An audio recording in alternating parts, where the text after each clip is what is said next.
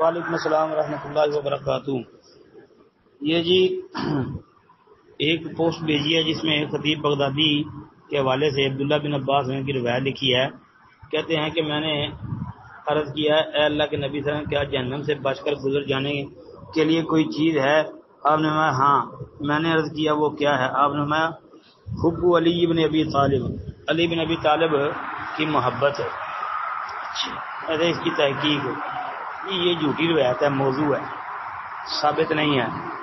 خطیب بغدادی رحمۃ اللہ علیہ نے تاریخ بغداد کے اندر اس کو محمد بن فارس بن حمدان کے ترجمے میں جو ہے وہ ذکر کیا ہے، جلد نمبر 4 صفحہ 271 تاریخ بغداد کی، اور اس پر جرح بھی موجود ہے۔ اور پھر یہ روایت خطیب بغدادی نے جس سند سے ذکر کی ہے اس میں یہ لیث بن ابی سلیم ضعیف مدلس راوی بھی موجود ہے۔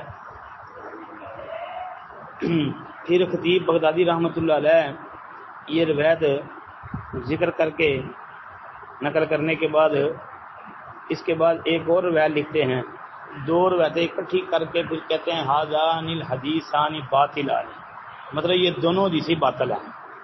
یہ خطیب بغدادی رحمۃ اللہ علیہ نے حکم لگایا۔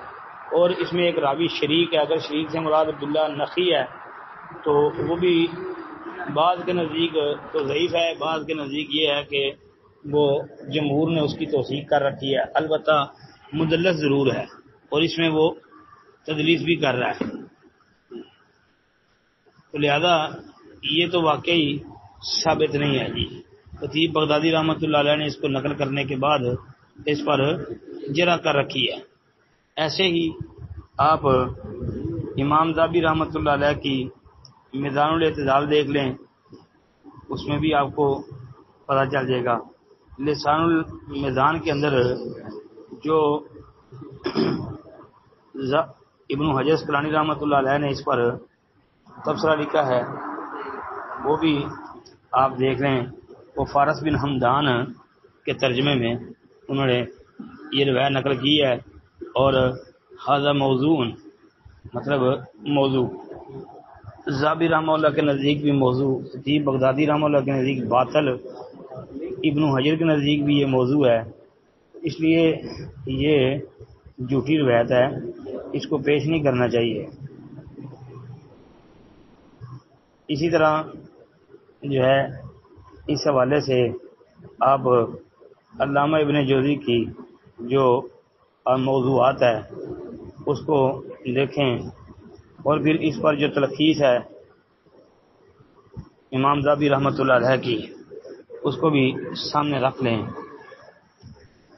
ذہبی نے تلخیص الموضوعات میں اس کے اوپر جرح کر رکھی ہے، لہٰذا یہ جھوٹی روایت ہے، موضوع اور باطل ہے۔ السلام ورحمۃ اللہ وبرکاتہ۔ یہ پوسٹ ہے جی مکی کی وجہ سے ایک آدمی جہنم میں چلا گیا، کہتے ہیں اس کی تحقیق کرتے ہیں۔ نبی علیہ السلام نے فرمایا ایک آدمی صرف مکی کی وجہ سے جنت میں چلا گیا اور دوسرا جہنم میں۔